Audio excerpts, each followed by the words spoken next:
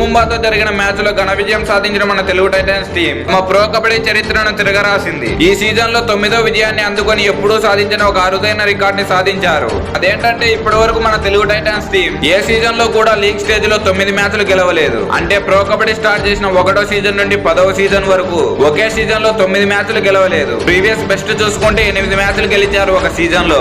So ఆ record అయితే Telugu Titans team ఇప్పుడు సీజన్ 11 లో బ్రేక్ చేసింది. మెయిన్లీ గత 3 సీజన్స్ లో చూసుకుంటే అట్టడుగులో ఉన్న మన తెలుగు టైటన్స్ టీం ఈ రేంజ్ లో కంబ్యాక్ ఇస్తుందని ఎవరు ఎక్స్పెక్ట్ కూడా చేయలేదు. ఇప్పటికే మన వాళ్ళు ఈ సీజన్ లో 9 మ్యాచ్లు గెలిచి ప్లే ఆఫ్స్ కి చాలా దగ్గరలో ఉన్నారు. అఫ్ కోర్స్ మనం ప్లే ఆఫ్స్ కి వెళ్ళాలంటే ఇంకా మినిమం 3 మ్యాచ్లైనా గెలవాలి. బట్ ప్రజెంట్ మనోళ్ళని చూసుకుంటే పాయింట్స్ టేబుల్ లో 2వ స్థానంలో నిలిచి ప్లే ఆఫ్స్ కి చాలా దగ్గరలో ఉన్నారు. ఇక మ్యాచ్ విషయానికి వస్తే మన వాళ్ళు లాస్ట్ మ్యాచ్ లో గుజరాత్ జాయింట్స్ మీద ఓడిపోయారు. కానీ ఈ మ్యాచ్ లో మాత్రం కంబ్యాక్ ఇచ్చారు. ముంబై టీం చాలా సాలిడ్ టీం. వాళ్ళ డిఫెన్స్ బాగుంటుంది, అలాగే రైడింగ్ కూడా బాగుంటుంది. బట్ అలాంటి టీం పై మన తెలుగు టైటన్స్ టీం 6 పాయింట్ల తేడాతో గెలిచారు. సో ఈ మ్యాచ్ లో అయితే రైడర్స్ అదరగొట్టేశారు. విజయ్ మాలిక్ 10 పాయింట్లతో సూపర్ 10 స్కోర్ చేస్తే ఆశీష్ నర్వాల్ 9 రైడ్ పాయింట్లు సాధించాడు. అది కాక ఒక టాకిల్ పాయింట్ కూడా ఉంది. సో ఇద్దరు టాప్ రైడర్స్ కూడా చెరో 10 పాయింట్లు సాధించి తెలుగు టైటన్స్ టీం ని గెలిపించారు. మెయిన్లీ ఈ మ్యాచ్ లో ఆశీష్ నర్వాల్ పర్ఫార్మెన్స్ పీక్స్ అని చెప్పుకోవచ్చు. ఒక క్రూషియల్ సిచ్యువేషన్ లో డూ ఆర్ డై కి వెళ్లి 2 పాయింట్లు తీసుకొచ్చాడు. అండ్ విజయ్ మాలిక్ ని చూసుకున్న చివరి 10 నిమిషాల్లో గేమ్ ని చాలా కంట్రోల్ చేశాడు. బట్ అతనికి ఎక్కువ పాయింట్లు వచ్చింది మాత్రం ఫస్ట్ హాఫ్ లోనే. 9 రైడ్ పాయింట్లు స్కోర్ చేశాడు. ఫస్ట్ హాఫ్ లో అయితే తెలుగు టైటన్స్ టీం దూసుకుపోయింది. అసలు యూ ముంబై టీం పోటీ కూడా ఇవ్వలేకపోయారు. బట్ సెకండ్ హాఫ్ 10 మినిట్స్ లో మాత్రం వాళ్ళు కంబ్యాక్ చేశారు.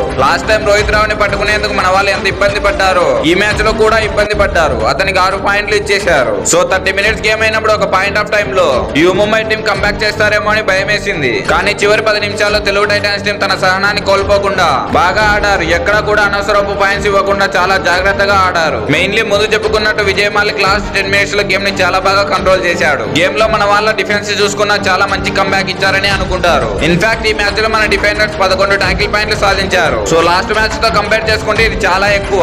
ఇన్ఫాక్ట్ లాస్ట్ మ్యాచ్ లో 6 టాకిల్ పాయింట్స్ వచ్చాయనుకుంటా. దాని వల్లే గుజరాత్ జాయింట్స్ టీం మీద మ్యాచ్ కూడా ఓడిపోయారు. కానీ మ్యాచ్ లో మాత్రం సాగర్ హైఫై కొట్టాడు. క్రూషియల్ టైం లో అజిత్ చౌహాన్ లాంటి ఒక రైడర్ ని సూపర్ టాకిల్ కూడా చేశాడు. అంకిత్ ని చూసుకున్న రైట్ కార్నర్ లో మ్యాచ్ లో బాగా పర్ఫార్మ్ చేశాడు. గత మ్యాచ్ లలో చూసుకుంటే ఎక్కువగా ఫెయిల్ అయ్యేవాడు. కానీ మ్యాచ్ లో మాత్రం బెటర్ పర్ఫార్మెన్స్ ఇచ్చాడు. ఈవెన్ సబ్స్టిట్యూషన్ గా వచ్చిన కృష్ణదుల్ కూడా 3 టాకిల్ పాయింట్స్ సాధించాడు. ఈ టాప్ డిఫెండర్ తిరిగి మళ్ళీ ఫామ్ లో రావడం తెలుగు టైటన్స్ టీం కి చాలా అంటే చాలా మంచిది. ఎందుకంటే ఇతని డిఫెన్స్ ఏ రేంజ్ లో ఉంటుందో మనం గత సీజన్ లోనే చూసాం. సో ఈ మ్యాచ్ లో అయితే 4 డిఫెండర్స్ కూడా పాయింట్లు సాధించారు. ఈవెన్ అజిత్ పవర్ కూడా ఒక డాష్ కొట్టాడు అజిత్ చౌహాన్ ని. అదైతే పీక్స్ అని చెప్పవచ్చు. సో ఓవరాల్ గా మన తెలుగు టైటన్స్ టీం చాలా మంచి ఎఫర్ట్ పెట్టింది. ఏదైనా లోపం ఉందంటే థర్డ్ రైడర్ గా ఆడుతున్న ప్లేయర్ పెద్దగా పర్ఫార్మ్ చేయలేకపోతున్నాడు. సో పవన్ షరావత్ కనుక తిరిగి వస్తే మనకి ఈ ప్రాబ్లం పోతుంది. ఎందుకంటే అప్పుడు మనకి టాప్ 3 రైడర్స్ గా పవన్ షరావత్, విజయ్ మాలిక్ అండ్ ఆశీష్ నర్వాల్ ఉంటారు. దీంతో మన ట్రియో చాలా డెడ్లీగా తయారవుతుంది. ఇప్పటికైతే మన తెలుగు టైటన్స్ టీం అందరినీ ఓడిస్తూ పాయింట్స్ టేబుల్ లో ముందుకు దూసుకెళ్తుంది. ఇది ఇలానే కంటిన్యూ అవ్వాలని కోరుకుందాం.